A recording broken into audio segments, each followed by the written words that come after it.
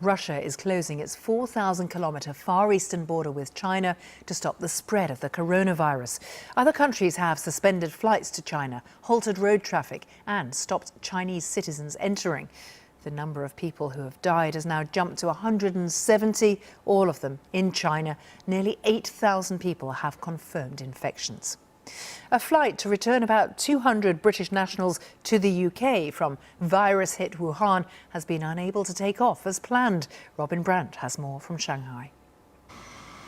Today was supposed to be the day they got out and away from this.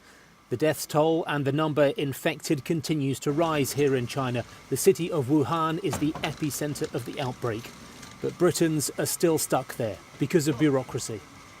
We were really worried about the reports of younger and younger children becoming sick.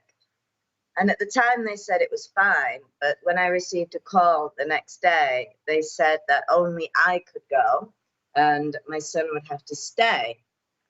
And which obviously was very devastating to hear. English teacher Natalie's son can't go because he has a Chinese passport. Chris Hill has a similar problem. His wife and daughter have dual nationality.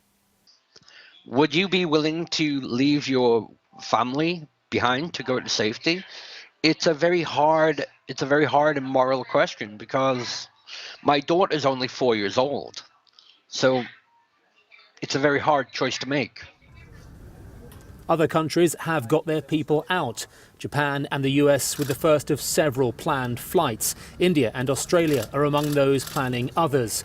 The Foreign Office said it is working urgently to resolve the problem for British citizens, with talks at very senior levels. Quarantine on a military base or an NHS facility back in the UK awaits. Fear about the virus spreading has caused scenes like this across all of China. Even in Hong Kong, which has now all but cut itself off from the mainland. I queued for an hour and 10 minutes and bought 2 boxes of masks. We were running out of them at home. Hong Kong should act like Taiwan to stop exporting masks and keep them for the locals so that we don't have to queue for hours. More cases are being reported around the world. In Italy, passengers on a cruise ship are being held on board because of 2 suspected cases among them. But the head of the World Health Organization had nothing but praise for China's efforts. I will praise China again and again because its actions actually helped in reducing the spread of coronavirus to other countries. Still, though, drastic measures are being taken here, far away from the worst affected area, to try to halt the spread. Office workers in buildings over 1,000 kilometres away are having their temperatures checked daily. Let's get you the latest on some of the developments today. I'm joined by Sarah Rainsford in Moscow. Mark Lowen is in Rome. Sarah, first, the closing of that border is no small feat. No, that's right. It's an extremely long border, more than 4,000 kilometres in the far east of Russia with China. And we now know that the Prime Minister has essentially ordered that key crossing points for pedestrian and for traffic across that border will be closed. We also know that all passenger trains, Moscow-Beijing passenger trains and freight trains will be non-stop between those 2 cities. So no people getting on or off on the way.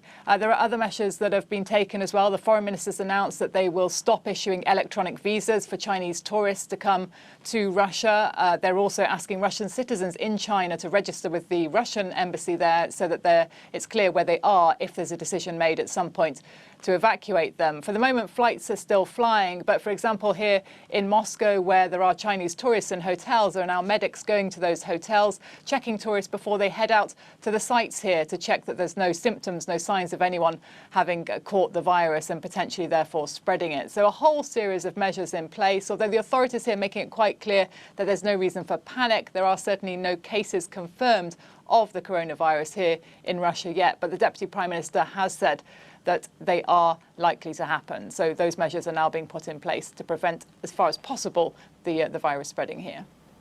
Let's go to Rome now. And Mark Lowen, we're talking about a cruise ship with, what, 6,000 passengers on board? Yeah, indeed, Philippa. It is called the Costa Smeralda, and it has 6,000 passengers on board. It is now in port in Civitavecchia, which is about an hour away from Rome, but the passengers are not being allowed to disembark because there is a couple on board from Macau, and the woman, 54 years old, has had a fever and other potential respiratory problems that could suggest that she has contracted coronavirus. She is now in isolation. Tests are being carried out on her, and the results are expected later on today. The couple had flown from Hong Kong on the 25th of January to join the cruise ship, which then made its way to Marseille, Barcelona, Mallorca, and back here to Italy. It was due to go further north in Italy, but it's being kept in Civitavecchia while those tests are ongoing. We are told from the cruise company that there is no panic on board. Everybody's been told and made aware of the situation, but of course it is being held there in the port until the results of those tests are known. Mark in Rome and Sarah in Moscow, thanks very much for those live updates.